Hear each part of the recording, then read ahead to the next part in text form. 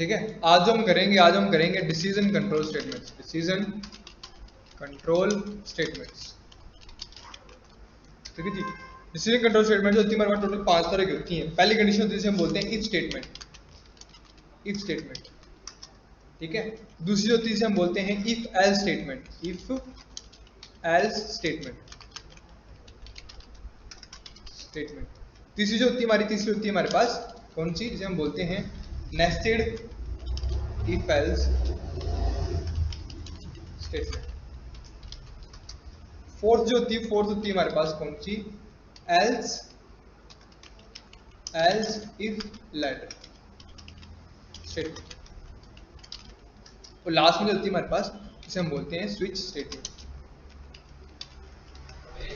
हाँ जी, आया switch statement जी।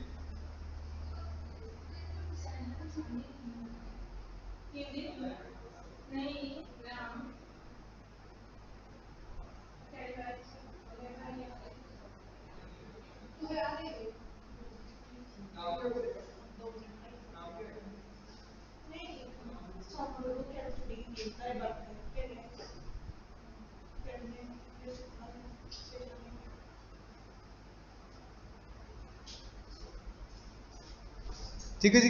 तो आज हम पढ़ेंगे, आज हम फर्स्ट मतलब जो फर्स्ट 1 और 2 वाली इन दोनों को पढ़ लेंगे, ठीक है। अब देखो, ठीक है, इफ स्टेटमेंट जो होती है ना वो क्या करती है, it works,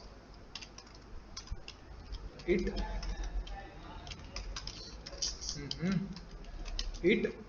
works only when the condition is true, when the condition is true, ठीक है।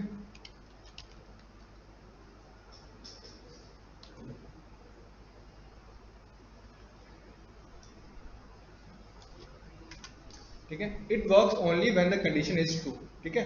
किस तरह से काम करती है, अब इसका सिंटेक्स लिखो। सिंटेक्स कैसे लिखते हैं हम इसका, सिंटेक्स देखो कैसे लिखते हैं। सबसे पहले आता है आपका इफ कीवर्ड स्मॉल लेटर्स में, ठीक है। इफ आ गया, इफ के बाद आती है कंडीशन ब्रैकेट के अंदर, bracket condition, CONDITION, condition, DITION, condition, ठीक है। फिर चलती है कर्ली ब्रेसेस। कर्ली ब्रेसेस का मतलब क्या हो गया, बॉडी ऑफ इफ शुरू, ठीक है। जब भी कर्ली ब्रेसेस आएगी तो मतलब क्या होगा कि बॉडी ऑफ इफ चल पड़ा, ठीक है। फिर यहां आ जाएंगे आपकी स्टेटमेंट्स, ठीक है। स्टेटमेंट 1 सेमीकोलन, फिर ऐसे स्टेटमेंट 2 आ जाएगी। जितनी स्टेटमेंट लगाना चाहो उतनी लगा सकते हो, स्टेटमेंट 2, फिर सो ऑन, ठीक, जितने आप लगाना चाहो उतने लगा सकते हो, ठीक है। और फिर क्या हो जाएगी आपकी बॉडी ऑफ द इफ जो हो जाएगी वो क्लोज हो जाएगी, ठीक है जी। समझ गए, क्लियर हो गया। अब नेक्स्ट हेडिंग दो फ्लो चार्ट, फ्लो चार्ट,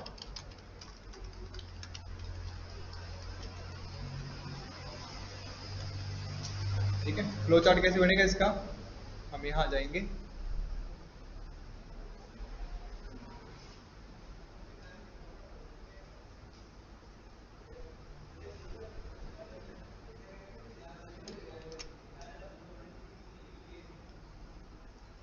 यहाँ जाएंगे और यहाँ आने के बाद, ठीक है, ड्रॉ करना मेरे साथ फ्लो चार्ट।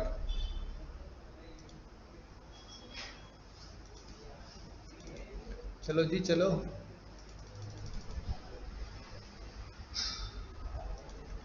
ठीक है, चलो जी चलो।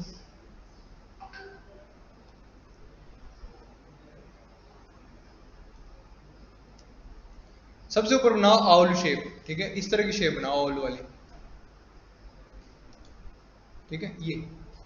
ये शेप बनाओ आउल वाली, ठीक है। आउल शेप बनाओ, इसमें लिखो स्टार्ट, START, स्टार्ट,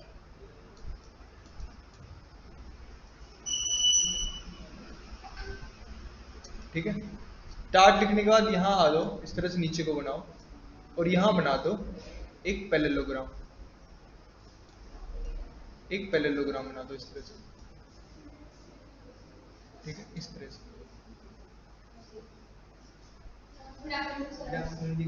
ठीक है, दोनों ही काम कर लिए, बनाना शुरू कर दीजिए। कब बनाना तो करो शुरू, आज ही कर दो, उसका करने काम है आज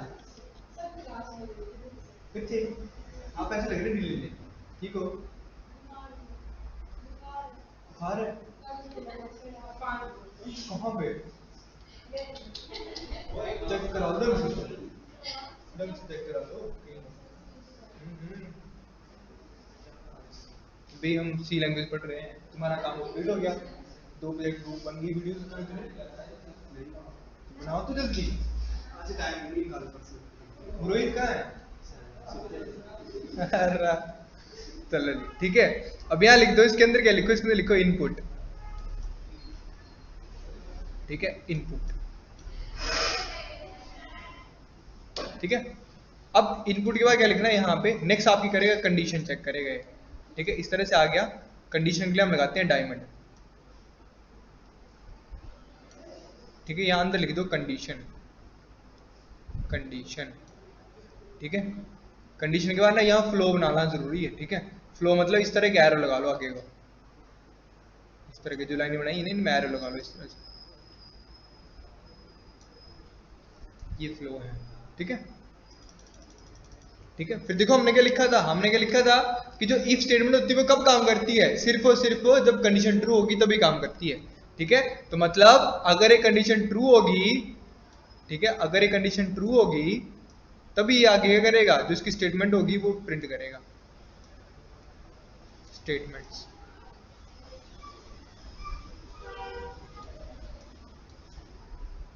क्या हो गया, जहां पता लगेगा पूछ लेना। ठीक है, स्टेटमेंट्स। ठीक है, स्टेटमेंट्स की स्पेलिंग ये रही है। ठीक है, स्टेटमेंट्स जब कंडीशन ट्रू होगी तभी पार्ट चलेगा। ठीक है, टी लिख दिया मैंने, टी फॉर ट्रू। ठीक है, मतलब जब कंडीशन आंसर ट्रू दे दिया उसके बाद ही स्टेटमेंट प्रिंट होगी। ठीक है, और जैसे स्टेटमेंट प्रिंट हो जाएगी तो मेरा प्रोग्राम क्या हो जाएगा, मेरा प्रोग्राम हो जाएगा एग्जिट।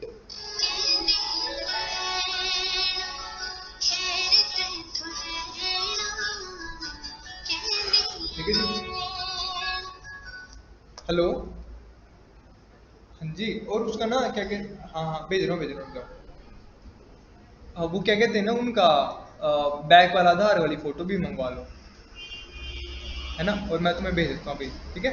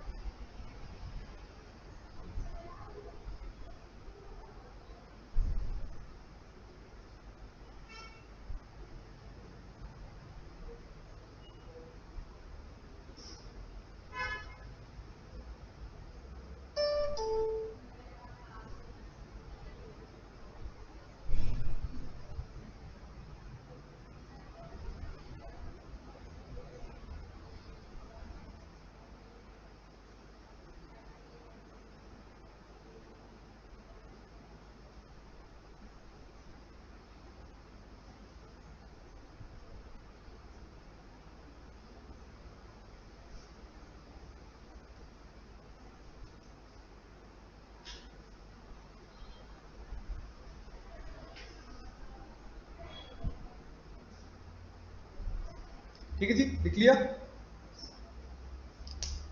तो यहाँ यहाँ देखो क्या होता है कि जैसे ही ना आपकी कंडीशन ट्रू होगी ना तभी बस काम करेगा कौन सा पार्ट, आपका इफ वाला पार्ट। ठीक है, अगर कंडीशन आपकी फॉल्स होती है तो ये काम नहीं करता है। ठीक है, मतलब जैसे ना आपकी कंडीशन फॉल्स हो जाएगी तो ये काम नहीं करेगा। ठीक है, ये देखो इस तरह से है ना, पहले प्रोग्राम स्टार्ट होगा, जो वेरिएबल में इनपुट होगी वो दी जाएगी, फिर वो इनपुट जो होगी कंडीशन चेक होगी। अगर कंडीशन ट्रू होगी तो आपकी जो बॉडी ऑफ द इफ है वो प्रिंट हो जाएगी और फिर वो एग्जिट हो जाएगी। ठीक है, और अगर आपकी क्या होती है, कंडीशन फॉल्स जाती है, ठीक है, तो यहाँ फॉल्स वाला एरो बना लो। तो फॉल्स वाला एरो में क्या होगा कि डायरेक्ट वो एग्जिट कर लेगा, कुछ भी प्रिंट नहीं करवाएगा। ठीक है, ये आपका फॉल्स वाला पार्ट। ठीक है, और जैसे कंडीशन फॉल्स आएगी तो कुछ भी प्रिंट नहीं कराएगा, डायरेक्ट एग्जिट कर लेगा आपके प्रोग्राम से। क्लियर हो गया, समझ गए? अब यहाँ लिखो, क्वेश्चन लिखो, लिखो write a program, write a programme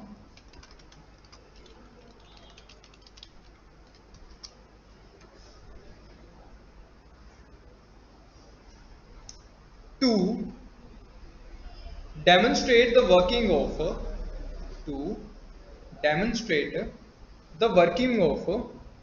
if statement.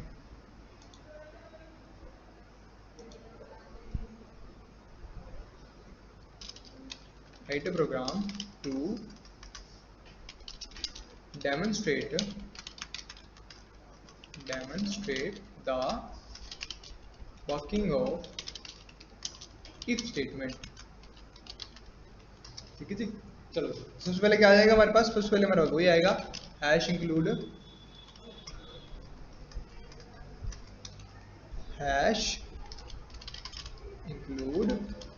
stdio.h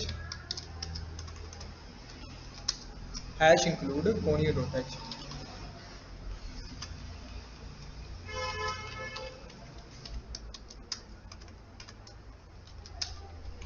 void में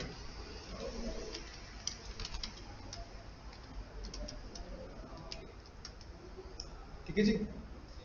हम क्या कर रहे हैं देखो, add program to demonstrate the working of if statement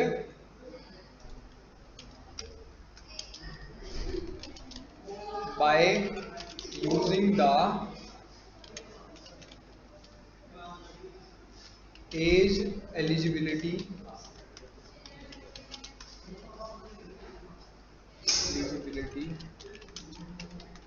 to vote program।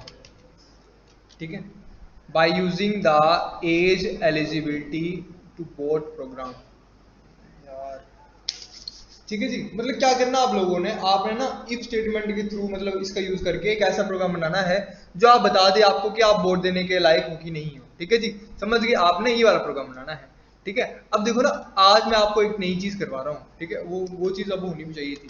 नई चीज क्या करवा रहा हूँ, देखो आप लोगों ने क्या देखा होगा कि इससे पहले जितने प्रोग्राम किए हमने किए ना, तो उसमें वेरिएबल्स में क्या किया हमने, वेरिएबल में वैल्यू ऊपर डाल दी। ठीक है, सपोज करो कि मुझे क्या करना है कि मुझे इस प्रोग्राम के लिए एक एज नाम का वेरिएबल लेना है। ठीक है, तो यहां पे मैं करता था कि मैं डायरेक्ट ही ना एज की वैल्यू ही असाइन कर देता था ना। ठीक है, तो ऐसे प्रोग्राम जिनमें वेरिएबल्स की वैल्यू को डायरेक्ट प्रोग्राम में एक्सेस कर दिया जाए, असाइन कर दिया जाए, उन प्रोग्राम्स को हम क्या बोलते हैं कि वो कैसे प्रोग्राम होते हैं, हमारे कंपाइल टाइम प्रोग्राम होते हैं हमारे वो। ठीक है, कंपाइल प्रोग्राम होते हैं, मतलब उस पर हर बार सेम ही आउटपुट आती है। समझ गए। आज हम करने वाले हैं रन टाइम प्रोग्राम। कैसे प्रोग्राम हो, रन टाइम प्रोग्राम। ठीक है, मतलब वो हमसे रन टाइम पे वैल्यूज मांगेंगे। तो रन टाइम वैल्यूज के लिए क्या होता है कि सिर्फ वेरिएबल को मेंशन करो, कर दिए वेरिएबल मेंशन कर दिए, समझो, अभी लिखो, रहने दो, लिखना रहने दो, सिर्फ समझो कॉन्सेप्ट, समझना क्या करना है। मुझे इस वेरिएबल में क्या चाहिए, इनपुट चाहिए। कौन देगा, यूजर देगा, इनपुट देगा ना। ठीक है, तो मैंने क्या किया, डिक्लेयर करने का मैंने CLR SCR फंक्शन लगा दिया ताकि जो पिछले आउटपुट है वो क्लियर हो जाए। ठीक है, अब देखो मुझे यूजर को बताना है, क्या बताना है कि एक वैल्यू एंटर करो, किसके लिए, एज के लिए बताना ना उसको। ठीक है, तो बताने का काम कौन करता है, मेरा प्रिंटफ फंक्शन। ठीक है, तो प्रिंटफ में क्या लिख देता हूं, मैं लिखा प्रिंटफ में डबल कोट्स न्यू लाइन, क्या लिखा, मैं लिखा एंटर योर एज। ठीक है जी, कोलन लगा दिया, डबल कोट बंद कर दिया, ब्रैकेट बंद कर दी, सेमीकोलन बंद कर दिया। अब ये क्या करेगा, ये मुझे बता देगा कि इसको देख के मुझे क्या समझ आएगा कि मुझे बोल रहा है कि अपनी एज एंटर करो, बोल रहा है ना कुछ ऐसे करके, मतलब मुझसे इंटरेक्ट लग पड़ा प्रोग्राम करने कि एंटर योर एज, अपनी एज डालो।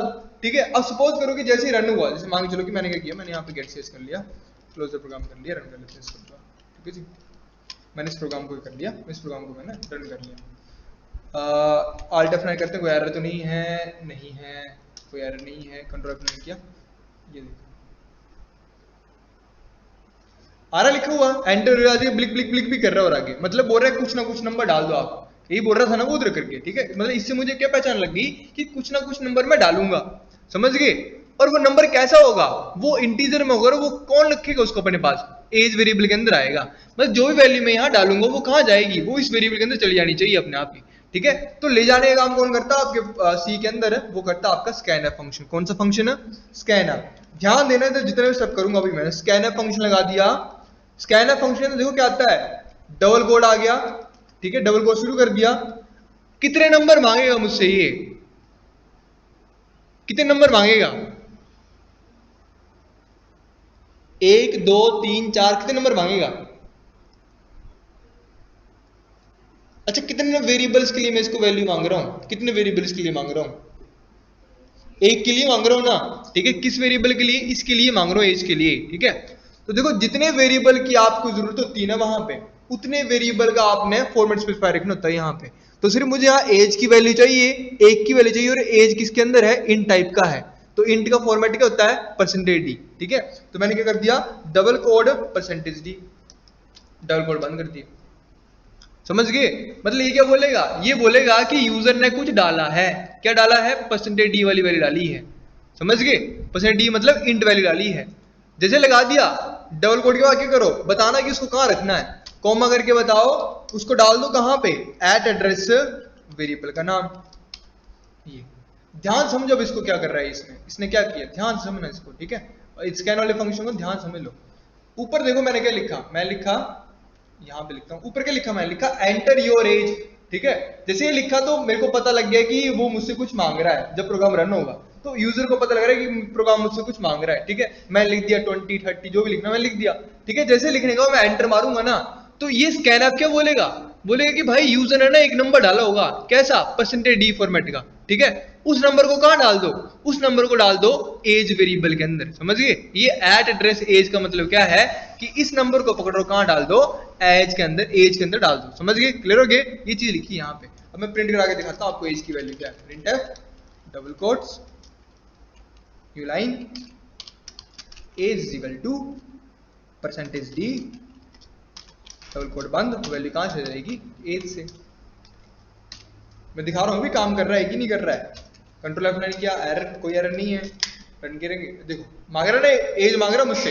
अब देखो जब भी नंबर लेना है ना सी में, तो कभी भी आप लोगों ने ये यूज नहीं करने, देखो क्या, नम पैड का यूज नहीं करना है। देखो यहाँ, देखो यहाँ, इस वाले पैड का यूज नहीं करना आप लोगों ने, नम लोग इस वाले नम वाले पैड का, ठीक है। जब भी नंबर वैल्यू देनी तो आपने यहां से देनी इसको।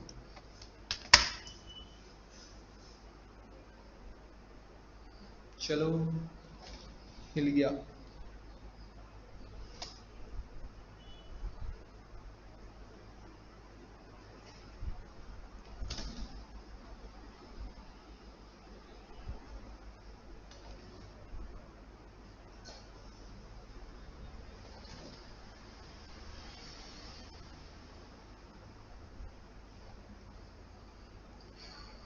चल पड़ भाई।